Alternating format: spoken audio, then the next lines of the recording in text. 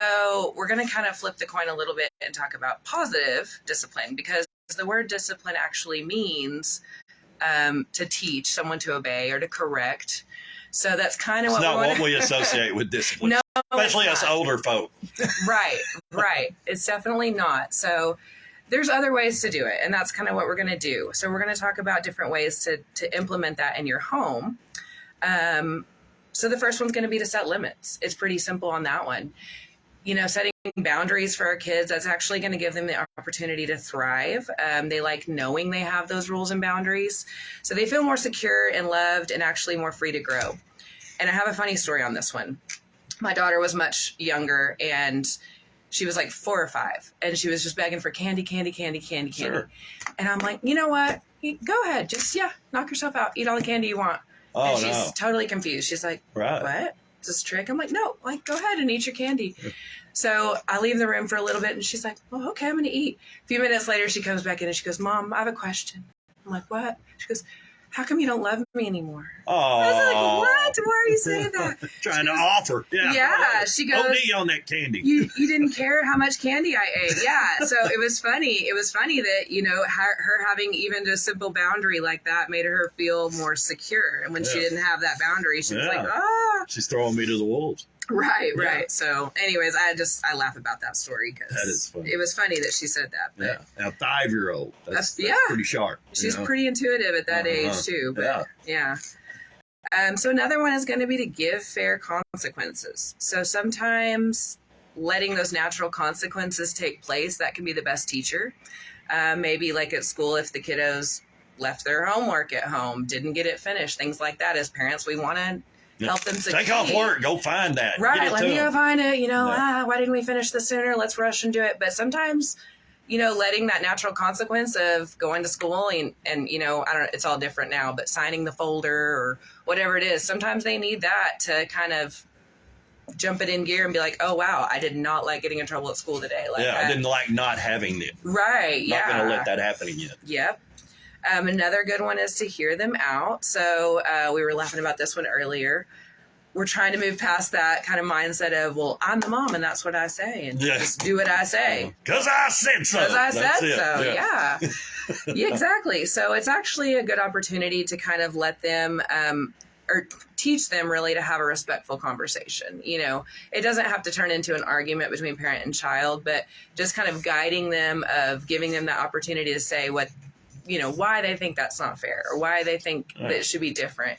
So it is an opportunity to kind of teach them that aspect. And, we have to remember they're human too. Sometimes because I said so doesn't really explain to them and teach them why we don't want them to do that behavior. Right. Yeah, not at all. So it takes a little time to stop and have conversations with every single time, but it does help. Also be in tune with your own emotions. So this is kind of ensuring that you're not reacting to your child out of a place of your own anger or frustration. Sure. My husband and I used to kind of joke and call it like tag team, especially when our kids were younger. Oh, yeah. If I've come home and I'm done, I've had a bad day, I'm frustrated and I'm tired, I'm like, you know what? I'm not going to react well to throwing a fit over bedtime tonight. Like, I need you to you're on duty right now. So being in tune with your own emotions, that kind of prevents that anger burst. Yeah. And then next, be in tune with your own child's emotions. Their behavior is communicating something. Sure. So it's not a personal attack on the parent. It's not I hate you, mom and dad. Now, teenagers, we have those too. Absolutely. That's a different beast. Different animal. Right. Exactly. But almost always behavior does communicate a need or a want or things like that. So teaching them how to verbalize that need or want rather than the behavior is also a good technique. Be prepared for trouble. This one reminds me, a good example is bedtime for the little ones. Not wanting to go to bed, not wanting to lay down and be still.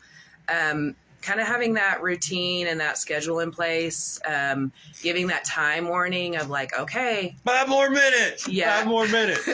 Nope. We're starting out giving 15 or 30 minutes, and giving them those check-ins. Yeah, because they want that 5 more minutes. But The more scheduled that routine is, they get used to it, and we already said set limits and structure. So those can kind of go hand in hand. Sure. Cynthia's blah, blah, blah, blah from It's last contagious. week. Yeah, it is. Yeah. It rolled over. Catch them being good. Lots of times we're always looking for, or we're not looking for it, but the bad behaviors are highlighted. Sure. The bad things pop out at us more. So when your kids are being good, compliment them on that. They want to feel valued, and they need to know that they're doing good sometimes too. We don't always want to always focus on just the negative things they're doing. Right. The last one here, this is a really big one. Give them your attention. And this comes from having a connection. So when you build that bond and you strengthen that bond with your kids and you do connect with them, they're more likely to do what you're asking them to do. Mm-hmm. They kind of have more of that natural respect and that bond, and they want to please you and they want to make you happy, and they want to keep that positive mindset and that positive relationship going. And they're more likely to confide in you when they really have an issue. Yeah. Than if you are, not Absolutely. so much involved. If you're Right. regularly there for them, they Yeah. know. They feel connected to you. If you think about like your partner or spouse or boyfriend, girlfriend, whatever it is, spending that quality time, that was part of the love languages from last week too. Mm-hmm. That quality time really builds that bond and that relationship and that security. So when you're apart, or maybe, your kiddos are having a bad day at school and things like that, they can come back to that safe place. Mm-hmm. And they know you're there, and they know they can connect with you. So some ways to connect with your kiddos, actively listening to them throughout the day. My little one can sometimes give me impressively long stories.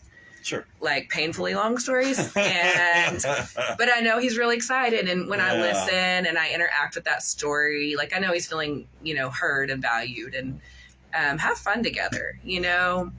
Parents, we work hard. We're trying to teach things. We want to do better than maybe we had, or we want to give them things, but, slow down and just have fun together. We try to work hard as parents and provide, and they need that fun. They do need that time with us. Sure.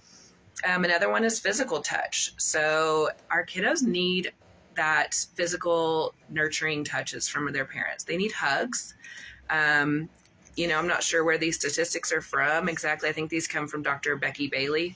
I'll talk about her in a minute, but they say children need 8 hugs a day for maintenance, 12 days a hug for growth. 12 hugs a day. I said that backwards. 12 hugs a day for growth.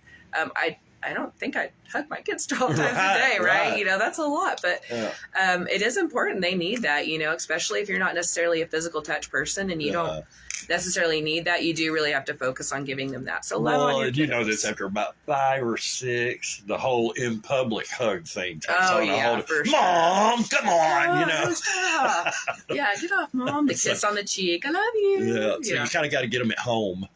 Yeah, love on them at home. If that's where they're more comfortable, Right. give them those hugs, love on them, Again, they're humans too. Yes, they're kids. They're, Right. Not mature. It's our job to guide them, but they're humans. They need that interaction and that time and that physical touch and love. So this information, about this positive discipline, a lot of this comes from Dr. Becky Bailey. So she is an author and a teacher and an internationally recognized expert on childhood education and developmental psychology. She's the creator of Conscious Discipline. And what Conscious Discipline is it's teaching children to name their emotions and to regulate them and to solve problems. So this kind of starts with the parent or the caregiver's ability to offer that empathy when a child is in a state of upset. So when we can kind of model and mimic, how we want them to react to those emotions. They're watching how you handle the very same thing. Absolutely. So, It teaches them, when they see you upset and things like that. If you can't regulate yourself and things like that, and give empathy to yourself sometimes, they don't ever see that, and they're not going to learn that. Right. This is also going to allow your child to reflect on personal responsibility. It teaches them what to do instead of just punishing them for what they did bad. Right. Traditional punishment really focuses more on making children fear to make mistakes. Children may have to suffer for having a problem or a difficulty. my daughter she really genuinely struggles with focusing. So sometimes I tell her like, hey, sis, go pick up this and that.